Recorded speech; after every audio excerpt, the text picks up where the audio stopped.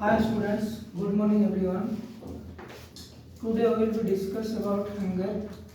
Hunger also divides into two types: chronic hunger and seasonal hunger.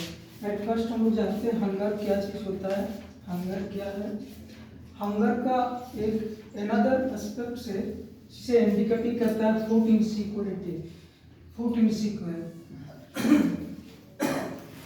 Food insecurity that's mean यहाँ पे बोल रहे हैं जो भूखा रहता है, जो ठीक से फूड सिक्योर नहीं कर पाते हैं, वो लोग फूड इनसिक्योरिटी के अंडर में आते हैं. डिफरेंट टाइप्स के कारण फूड इनसिक्योरिटी होते हैं, जैसे लो इनकम की वजह से होता है. दूसरा कारण हो सकता है इनएबिलिटी टू बाय फूड.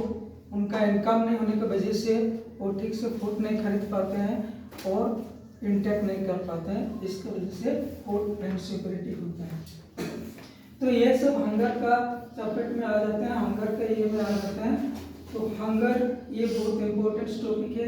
ये हंगर का 2 डायमेंशन है, ये हम लोग जानते हैं क्या है. एक क्रोनिक हंगर, दूसरा हो गया सीजनल हंगर. अब क्रोनिक हंगर और सीजनल हंगर में दोनों में डिफरेंस क्या है, इसे हम लोग क्लियरली समझते हैं. Chronic hunger that's mean a result of a diet that is consistently inadequate in quantity and quality. यहाँ पे आप लोगों को देखना पड़ेगा क्वांटिटी एंड क्वालिटी.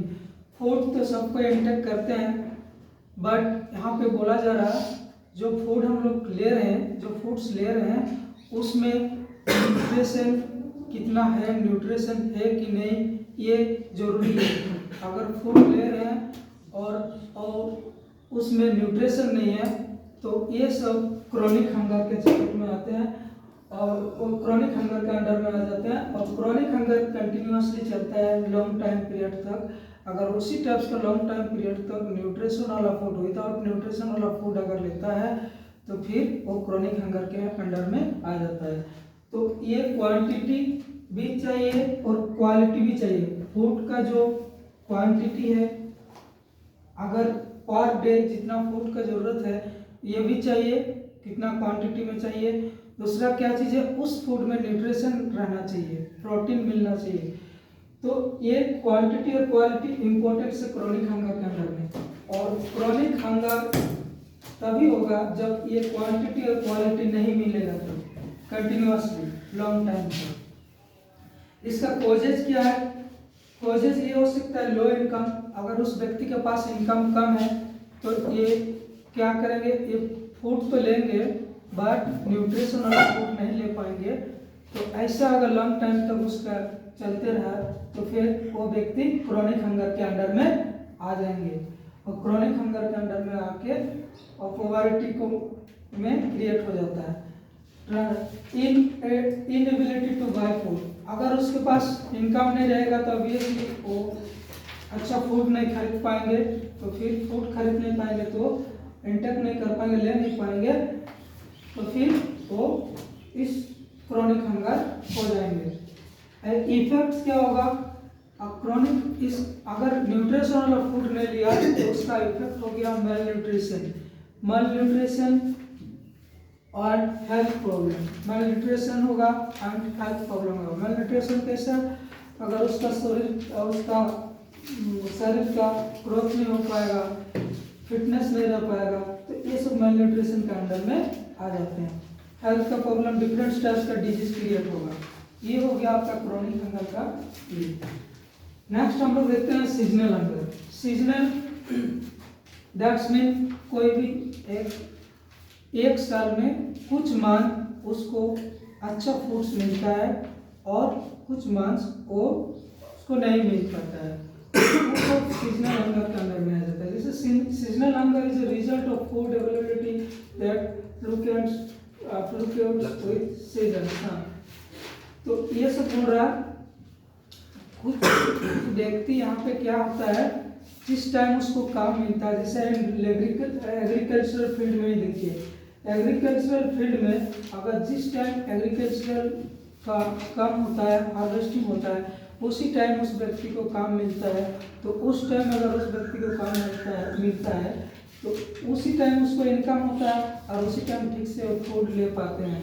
तो उस टाइम तो ठीक है, बाकी जो मान तो बैठे हुए रहेंगे तो उस टाइम उसको काम भी नहीं मिलेगा, और काम नहीं मिलने की वजह से वो ठीक से फूड खरीद नहीं पाते हैं, इनकम नहीं हो पाता है तो फूड नहीं खरीद पाते हैं। तो ये सब सीजनल हंगर के अंडर में आ जाते हैं।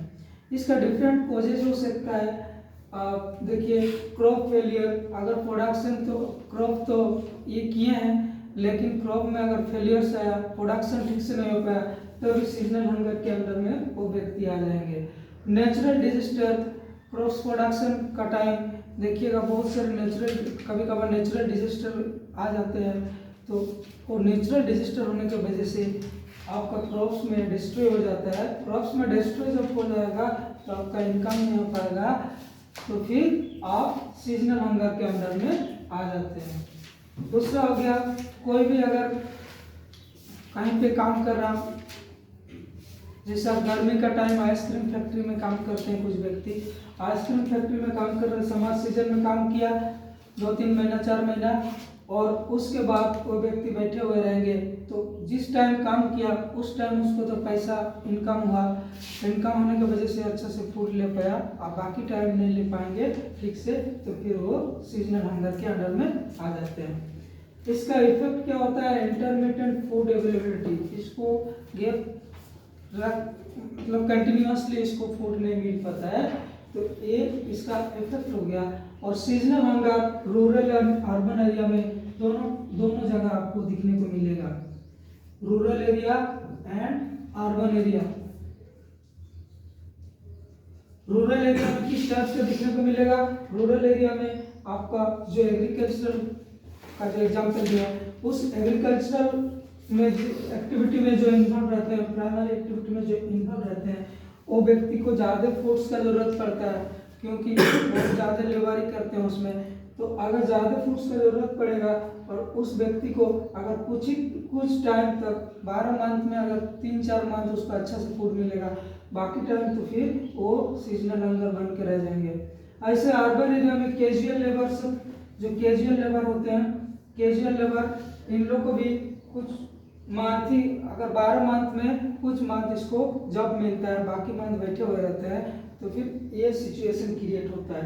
यही हो गया आपका बेसिक डिफरेंस, क्रोनिक हंगर और सीजनल हंगर। ये हो गया आपका लॉन्ग टाइम पीरियड तक कंटिन्यूअसली अगर उसको न्यूट्रिशन वाला क्वांटिटी एंड क्वालिटी वाला फूड नहीं ले रहे हैं, तो क्रोनिक हंगर के अंडर में आ जाते हैं। और सीजनल हंगर जो 12 मंथ में अगर कुछ ही मंथ उसको मिल जाता है फूड्स, और बाकी मंथ्स नहीं मिल पाता है ठीक से फूड, तो ये सीजनल हंगर के अंडर में आ जाते हैं। ओके फ्रेंड्स, आई होप आप लोगों को समझ में आया है। Thank you.